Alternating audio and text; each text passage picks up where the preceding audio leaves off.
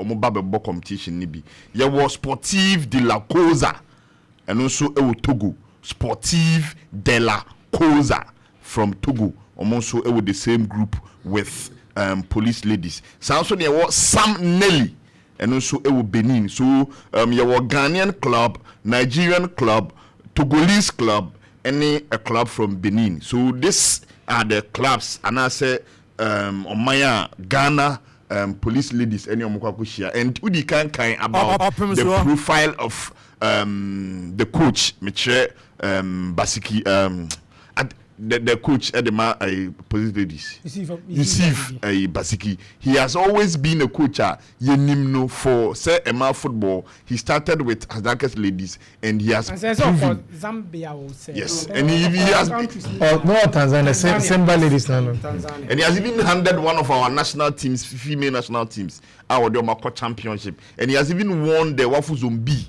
as a female coach. So I think that my ball body, I said he has proven and he has that track record. Say only the police ladies Eddie Omakono, he will be able to go and make the nation proud. Yan Kanyashan and say Ampim Dakua ladies, the maiden edition of the female CAF Champions League. Hazakes. No, Ampim Dakua or the Cambo final. Okay. Hazakes ladies. And the Cambo final. Hazakes ladies. Okay, so this is a competition. Ghanaian club at the kind of so you heard him say police ladies all call for the first time and the experienced coach, obetimi aboa na wako compete. We can say this is the moment you should say oman no adie ba ko a inflection point now my football. Kana Bazigi omo coach and medical care told them so say omo coach Bukasim police ladies for no but how they say only the license to coach them in the tournament and among Ecofa Baziki say omo coach omo na hana the Abukasim any assistant coach to Bazigi. Is the one ever running affairs and they say that the one leader of Bazigi the license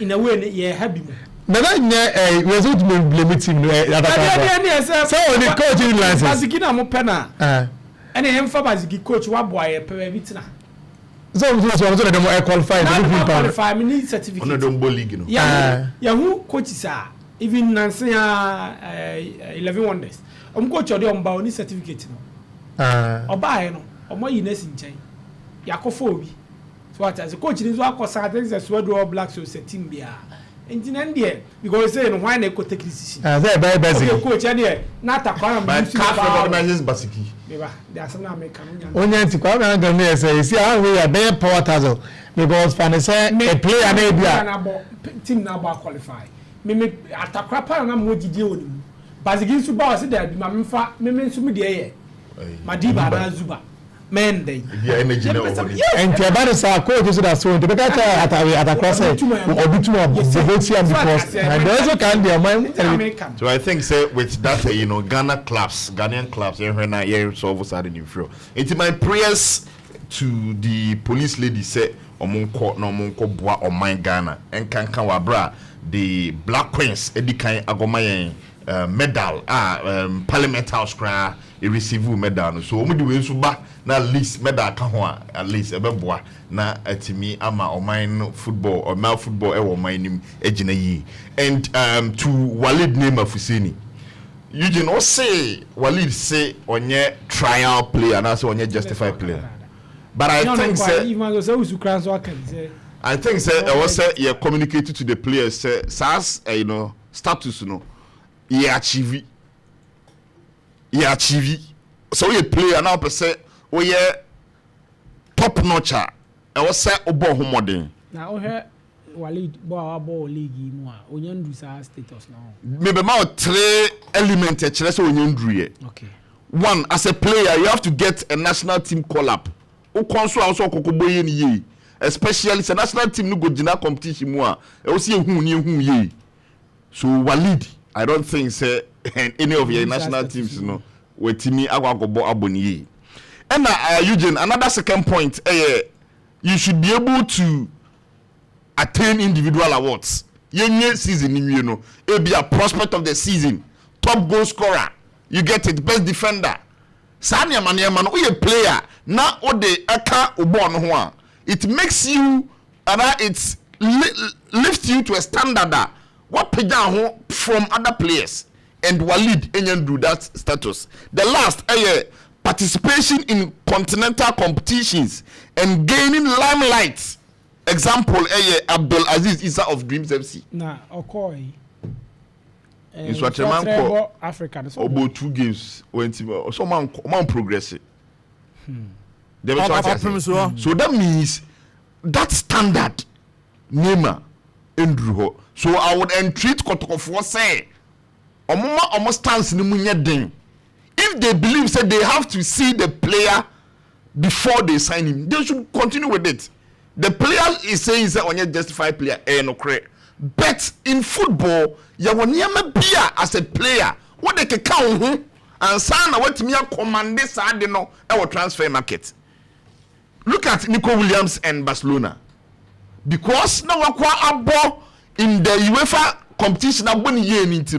Look at the priority of Mufaso. So we a player, you cannot stay in the house and call yourself say you are not a trial player. You must say I was say Neymar, ni shape at the same after in Swatreman exited the league. Competition is very noble. And even Kotokompo, and the Tina almost to say at this moment, and your Neymar and also the number on board. And why Neymar? Eugene, there are so many players on now team. If Neymar comes on board, team no. But see if the conditions are and paying for the talk when say Neymar end this so and some of join the Kotoko when this one they should say bye to him. And Eugene, last on Accra House of Folk. After watching Didi Dramani against Kotoko and Didi Dramani against House of Folk, against Heart of Lions, I think the man is one of the coaches Oba Beses and the fortunes of House of Folk. The man Oba Beses and the fortunes of House of Folk. Didi Dramani. Yes. Eugene, these are my 3 findings after the 2 games awabo. Eugene, the man who say House of Folk and Didi Dramani omo taking lead in games from Abunina against Kotoko. House of Folk need to go. Even earlier on, now has a game and now you need that confidence say he would be able to score early in the game.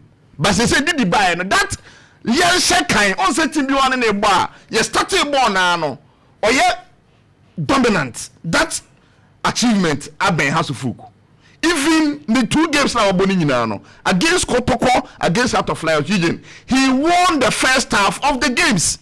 Eventually Kotoko Diana and Kotoko come back but against Heart of Lions, he won the first half, continued to win the game. Another point I must say, Hamza Isa a rhythm under Didi Dramani. When we say Hamza Isa, if you saw House of Folk Eugene against Kotoko, no about 5-6 super clash in Ghana. Hamza Isa not even for ball and to Kotoko. He did that under Didi. That was the President Cup.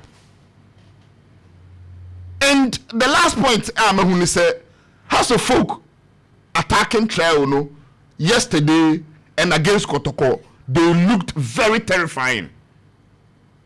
Aside the strikers, they look very terrifying. No, Eugene, the new players are more adapted very well under Didi Dramani. And you mentioned George Parku.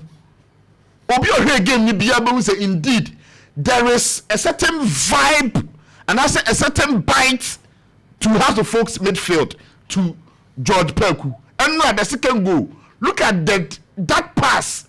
Eventually, Issa Ekatun. There is another player, Frank Abora-Duku, and also a new player. But Eugene, and also gelling very well under Didi Dramani.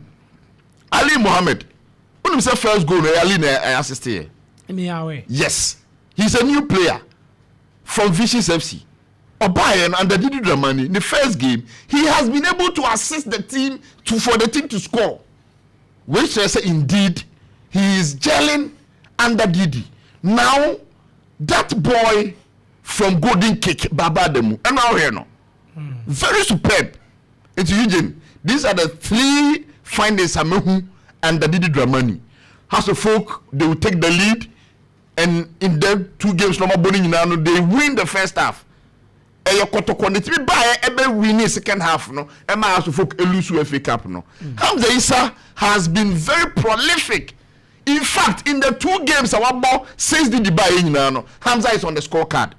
Now, the prospect Hamza can bring on board for the nation Ghana.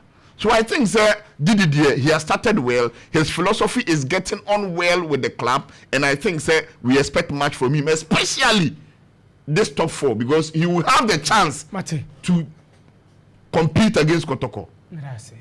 0596259444 0560180880. Udini we are kasa free. Good evening, boss. Mama ntio. Ana ndiye kunisuko. Wana ni ntio. Ani amcha kali